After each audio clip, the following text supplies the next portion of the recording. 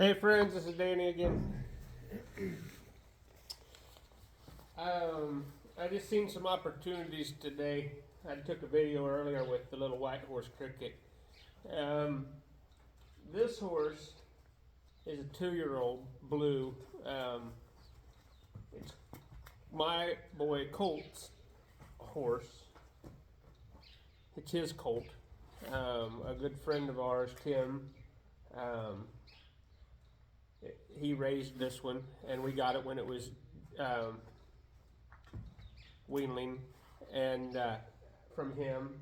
And he raises really good horses, and he knew that Colt was going to want a really good horse, and so here we are. So, and so we have you seen the other day, it's kind of talking about Colt's progress, and you maybe early on when we first got it, you seen where we was doing some halter breaking and some different things like that. For the most part, we've left this horse turned out to be a horse other than getting it up, and it, just like all the others, it knows to, it's halter broke enough, you know, that you can do some work with it. And you seen Colt doing some work with it on the line the other day, just doing that first preparation of being able to send it and disengage it, letting the horse know that we have some leadership and that we can direct its feet. Ultimately, our goal is to have a soft, quiet mind that's willing.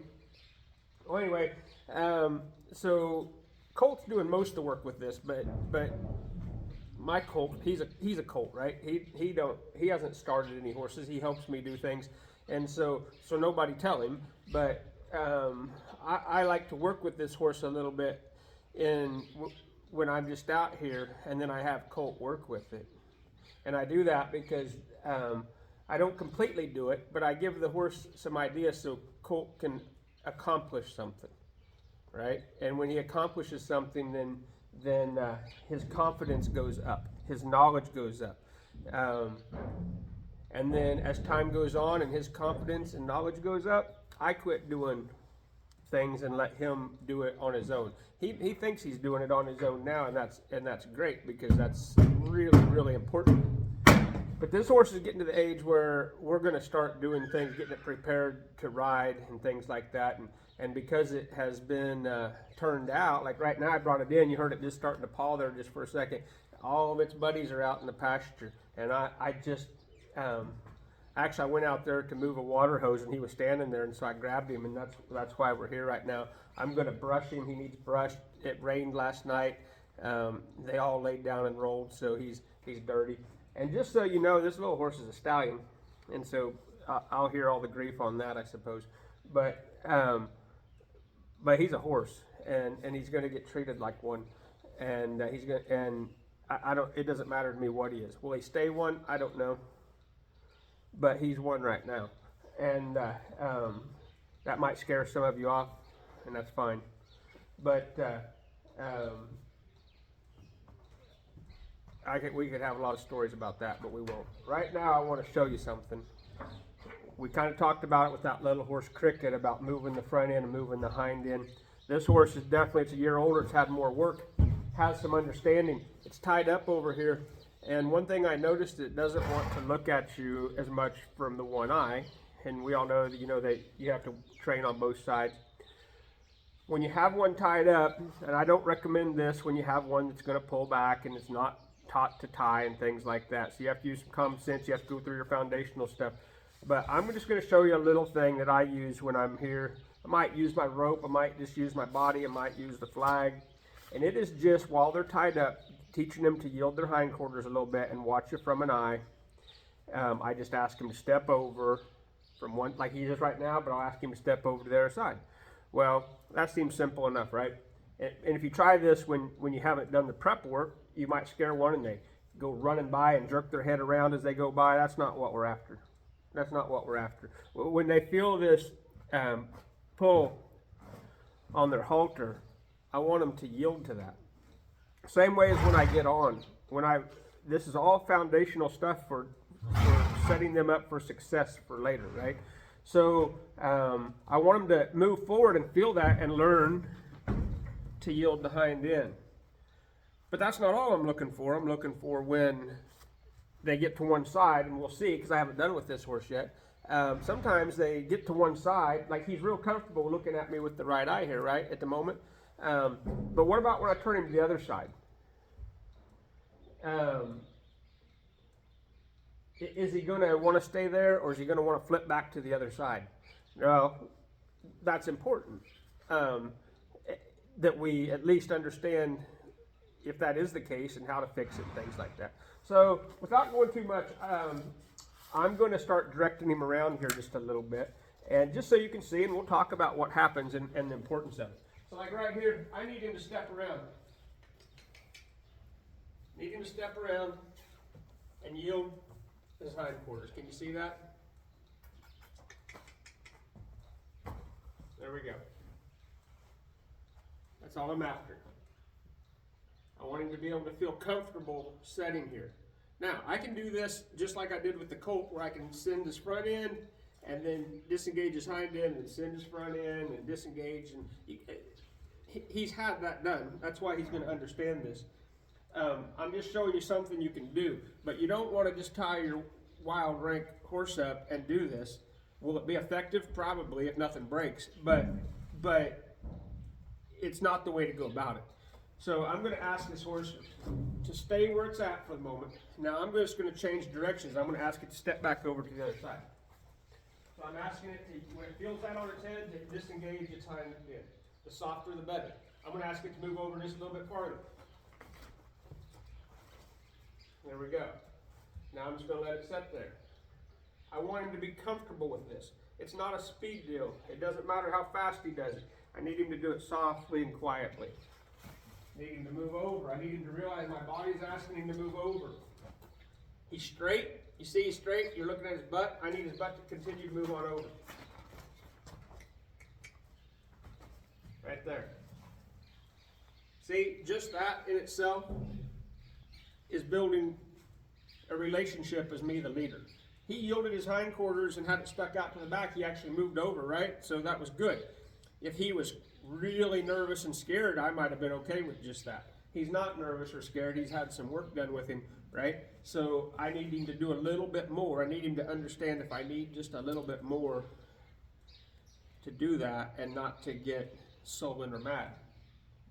I'm going to step over there, use my body, and I'm going to ask him to step back across. All right. So right here, I'm intentional on this, that I'm asking him to step across. I'm going to ask him to take another step. There we go. I'm intentional on that. And what I mean by that, when we were talking on the last lesson about sending one, that we got to talking at the end of it about our body language. So right now, I'm only concerned with 3 body languages. We can enhance them and make them better as time goes on. But in the beginning, I need my relaxed one. That lets the horse know I'm not asking for anything. You can be relaxed. We take pressure away and say, hey, you can come with me. Make it inviting. Or you can put pressure into him and say, I need you out of my way. All right? Well, that's important right now, right? I'm going to step around to the other side. And I want my body to let him know that I want him to move. Because eventually I want to be able to walk up to him and him know that I'm not asking him to move. I've not done that because we've not done this exercise while tied up. So let's just see how it goes. I'm going to try to approach him, and I want him to feel comfortable enough that when I approach him to stand still, because I'm not asking him to go. And what you'll find with maybe some of your nervous horses is as you start to approach them, because you've been maneuvering them around, that when you approach them, they take that pressure as movement. That's why the body languages are important, because I want to approach in a relaxed manner. I want Blue here to know that when I come up, and it's fine just to be petted on, right? Even as I come back here towards his hind end, I want him to feel comfortable just to stand still. Now I'm going to walk right on past his hind end, and then I'm going to change my body, and I'm going to ask him to move over there. All of that's important. I don't need him just to be moving. It all needs to be intentional and with a purpose. So I'm going to walk on by. Now I'm going to add some pressure in there with noise and with the flag, and I'm going to ask him to step his hind end all the way over. All the way over. All the way over. He thinks he's going to stop right there, so I'm just going to keep adding until we get some. you notice he explored? He came to the end of his rope, but he didn't pull, and then he yielded his feet. If you think that you don't want to fix that right now, wait till you're on and something spooks him and see what happened. But now, I just used my body to make him move over, and now I want to approach him. He's not thinking about moving, and it's because I'm not giving him a reason to move because my body. I see people all the time wanting to pick up a horse's hoof, and the horse won't stand still, and from 15 feet away, they're already going down like this. Well, a lot of horses have already known. They're getting out of your way. They're like, whoa, wait, I'm supposed to be moving. They're telling me to get out of my way. I like to come up to them in my relaxed manner and then put my hands on them and touch them. Then if I want to pick up their feet,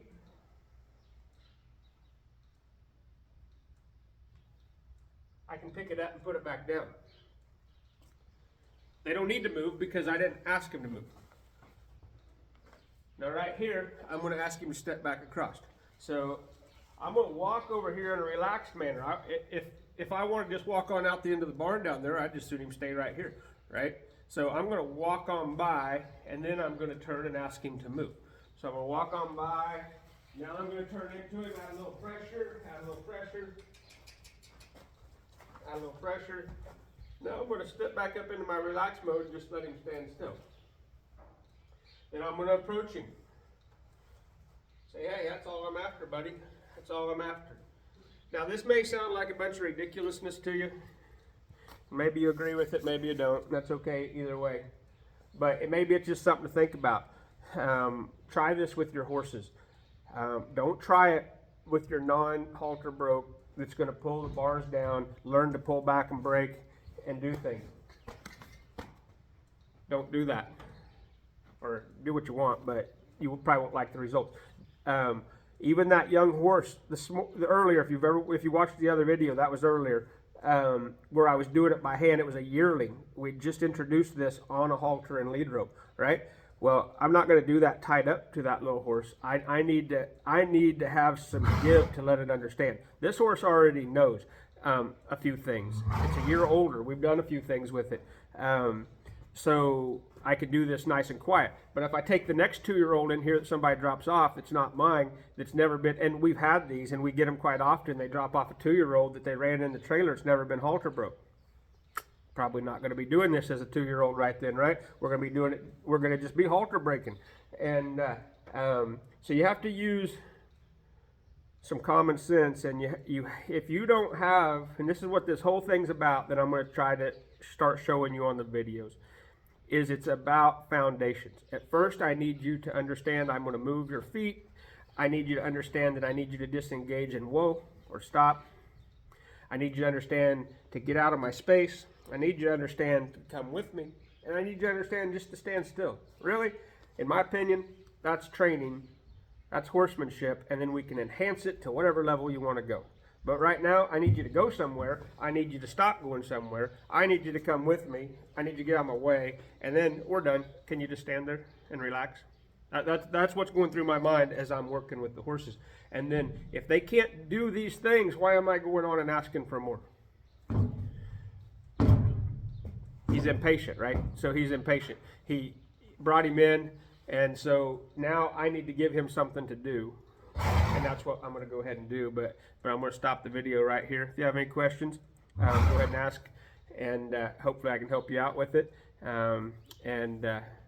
Danny Berry with Berry Horsemanship, and I'll talk to you later.